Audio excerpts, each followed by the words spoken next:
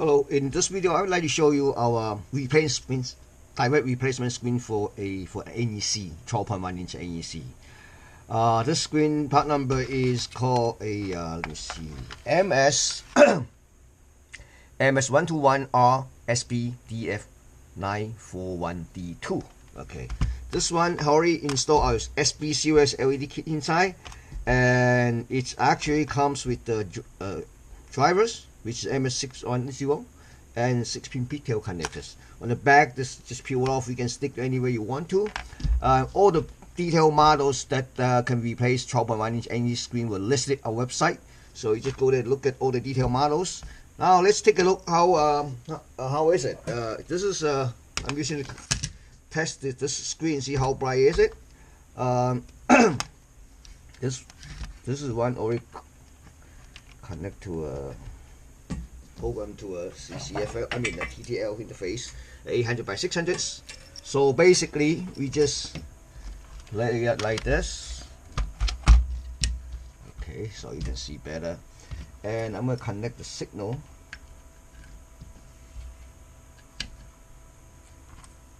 There we go. See, it's pretty bright actually. Let me see here.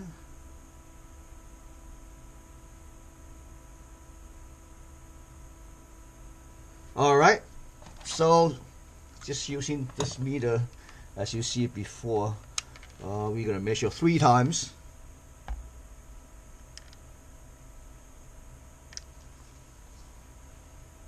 (1845 nits), 1845.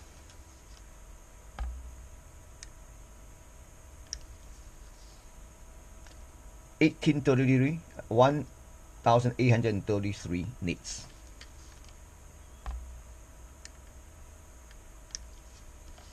(1800 nits or higher). So it's pretty much close. Now this one's actually more than 1800 nits.